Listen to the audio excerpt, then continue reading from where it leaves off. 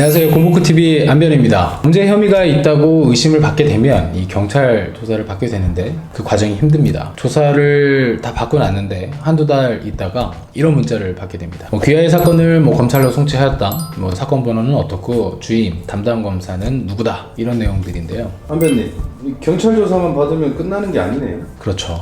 잘 아시다시피 초기 수사는 경찰에 가서 조사를 받는 것이지만 그 수사 결과를 가지고 혐의가 있다 없다 판단하는 건 결국 검사의 몫입니다. 법원에서 바로 재판을 받는 게 아니네요. 그렇죠. 검사가 먼저 수사 자료들을 보고 판단을 하죠. 그리고 증거 기록으로 추려서 법원에 기소, 즉 공소 제기를 합니다. 기소, 이게 재판을 건다, 이런 의미거든요. 검사가 기소를 하게 되면 형사 재판이 열리고요. 판단은 검사가 기소한 내용을 토대로 이 사람이 죄가 있는지 없는지 판단을 하는 그런 절차입니다. 결국 검사가 기소 의지를 갖고 있느냐, 이 문제죠. 그래서 검사가 무섭다고 하는군요. 무섭다고 반드시 볼 수는 없지만 사실관계에 대해서 검사의 판단으로 확정이 되기도 하고 또 사건을 검사의 가치관이나 시각으로 해석할 수 있으니까요. 그런데 이 영화에서 왕왕 나오죠. 그러고 최영배는 단순 폭행인데 여러 가지 정황으로 볼 때 불구속으로 처리하는 게 안 맞겠어요? 서로 합의만 보면 되는 사안이잖아.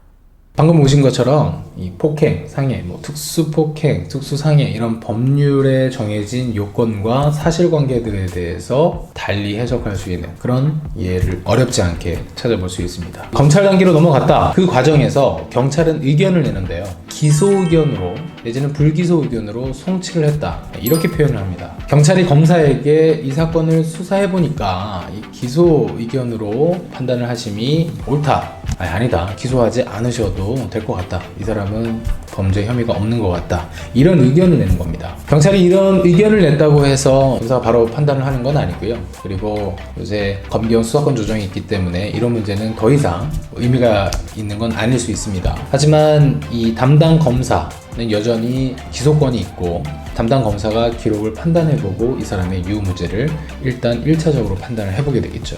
검사는 기록을 보고 사건에 대한 그림을 그리게 됩니다. 그런데 그 그림과 관련자들, 피의자 내지는 고소인 그리고 관련 참고인들이 진술에 차이가 있을 때 그 입장이 어떠한지 그리고 또 사실관계를 좀 더 파악하기 위해서 피의자를 소환하기도 하죠. 검찰에서도 따로 조사를 하는군요. 그렇죠. 물론 이 기록만 보고 기소 여부를 판단하는 경우도 있는데요. 사안이 좀 복잡하거나 또 궁금한 내용이 있을 때 그리고 아까 말씀드렸던 그 그림에서 차이가 나는 부분이 있을 때에는 피의자들을 부르게 됩니다. 이렇게 피의자가 오면 검사가 직접 신문을 하는 경우도 있고요. 또 검찰 조사관, 계장님이라고 하는데 먼저 1차 조사를 한 뒤에 검사가 확인하는 그런 방식으로 조사가 이루어지기도 합니다. 안변님, 검찰 조사를 할 때 좀 더 유의해야 한다거나 그런 꿀팁 같은 거 있나요? 그냥 조사 받으시면 되죠. 맨날 말씀드렸잖아요. 똑같아요. 제가 받는 건 아니지만 시청자 여러분들을 위해서 경찰 조사와 비교해봤을 때 검찰 조사는 비중이 더 큰 게 사실입니다. 일단 검찰에서 조사를 한다는 자체는 내가 아무리 억울하더라도 일정 부분 혐의가 인정되고 있다. 그런 의미로 해석할 수 있거든요. 그래서 이 경찰 조사편에서 말씀드렸던 주요한 유의사항들 있잖아요. 이것들을 다시 한번 생각해 보시고 또 자신의 의견과 생각 그리고 그 당시의 경위를 정리하셔야 됩니다. 제가 일전에 경찰 조사를 받는 방법 팁에 관해서 말씀드린 주요 취지는 내가 진짜 억울한데 이 억울한 부분이 있을 때 이러한 부분을 어떻게 하면은 어필을 할 수가 있는 것인가 그리고 그럴 수 있는 적절한 방법을 알려드리기 위해서였어요. 이 검찰 조사에서는 더욱 신중하게 접근을 하셔야 됩니다. 억울한 상황이잖아요. 그럼 말을 많이 하게 되어 있는데 그 중에서도 필요 없는 말 이를테면 이 수사라고 하는 것은 사실에 관한 조사인 것이지 의견이 아닙니다. 사실과 의견 잘 쉽게 안 와닿는데. 그러니까 예를 한번 들어볼까요? 피해자는 어깨 부분을 때렸다 라고 말을 합니다. 또 성범죄 같은 경우엔 나의 어디를 만졌다 라고 얘기를 하죠. 그러면 이 검찰 수사관이 당신이 피해자를 때렸습니까? 아니면 만졌습니까? 라고 물어보는 것은 사실에 관한 조사예요. 그런데 이렇게 물어볼 때도 있죠. 고소인이 이러이러한 주장을 하는데 이걸 거짓말이라고 생각하는지 그리고 이게 거짓말이라고 한다면 왜 이 사람이 거짓말을 한다고 생각하는지. 근데 의견을 얘기했다고 해서 실제로 안 좋은 경우가 있어요? 아예 혐의와는 정말 상관이 없다. 그럼 아무 문제가 없을 수 있죠. 그런데 실제로 그런 사례가 있습니다. 경찰 조사에서 괜히 얘기를 했다가 기소가 됐는데 형사재판에서 결국 무죄를 받긴 했어요. 그런데 그 당시에 이런 것들을 구분하지 않고 말했기 때문에 불필요한 절차가 계속된 경우가 있었거든요. 추행을 당했다. 고소인이 이렇게 주장을 해요. 내 팔과 가슴 있는 부분을 만져서 추행을 했다. 그런데 앞에서 춤을 추고 있었던 거예요. 클럽에서 있었던 일이거든요. 그래서 왜 이런 거짓말을 하냐 이렇게 물어보니 내가 그 당시 앞에서 뭐 춤을 추고 있어서 그런 착각을 했나 보다.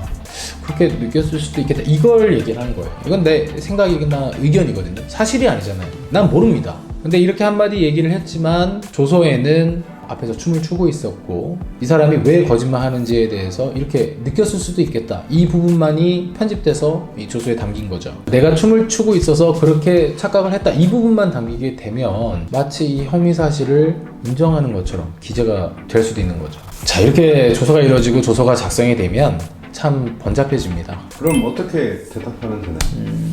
모르잖아요. 모른다고 대답을 하면 됩니다. 물론 제가 함께 동석한 경우라고 한다면 변호인으로서 당연히 의견 개진을 하죠. 일단 조심스럽게 말씀을 해봅니다. 지금 물어보시는 건 의견에 관한 질문이다 보니까 이런 피의자 입장에서는 뭐라 말씀드릴 수 있는 부분이 아닙니다. 사실을 조사해달라 이렇게 얘기할 수도 있고요.